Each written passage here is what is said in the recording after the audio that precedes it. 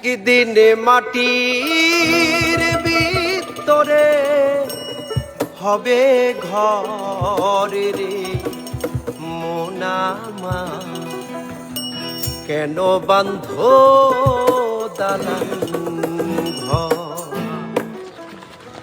একদিন মাটির ভিতরে হবে ঘর রে এবং মেধা সম্পন্ন ব্যক্তিত্ব ছিল। আসলে আমরা কথা বলবো না, কথা বলার জন্য অনেক লোক আছেন।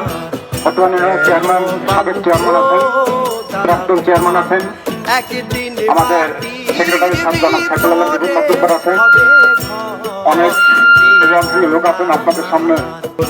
আমার পিতা ছোট সন্তান, আমার বাবার জীবন দশায় যদি কারো সাথে সহায় বলায় আচরণে কথায় বার্তায় কোনো ভুলভ্রান্তি করে থাকে, আমার বাবাকে আপনারা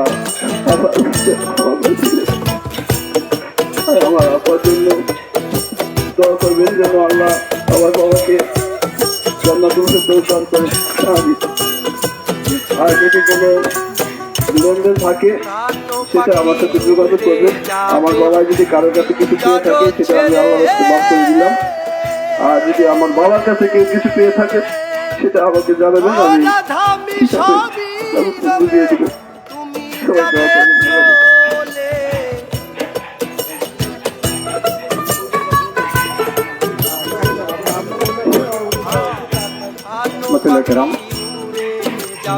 এখন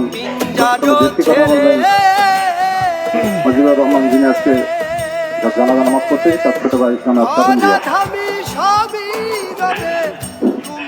আসসালামু আলাইকুম। আজকে আমাকে কিছু বলার কিছু নেই। আমার ভাই বিগত কয়েক বছর মেম্বার ছিল, আবার দেখে এর কথায় ভাষায় যদি কেউ অসন্তুষ্ট হয়ে থাকে, যদি কেউ করেন আল্লাহ আমার ভাইকে আপনারা সবাই মাফ করে দিবেন, আমার ভাইকে মাফ করে দিবেন। আর আমার ভাইয়ের কাছে আমার বাড়িটা বলছে, আমার ভাইয়ের কাছে যদি কিছু পাওনা দেওয়া থাকে আমার কাছে বলবেন, আমরা এখানে দেখব। আমার ভাই যদি কারো কাছে 10 টাকা পেয়ে থাকে এটা আমাকে দেওয়া লাগবে না।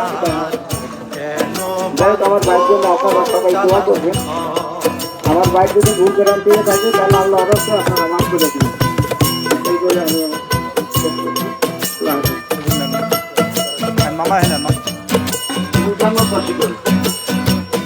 আপনার সবাই চলার পথে মতো বাড়িকে ভালো লোক আসলে সেটা বলবেন।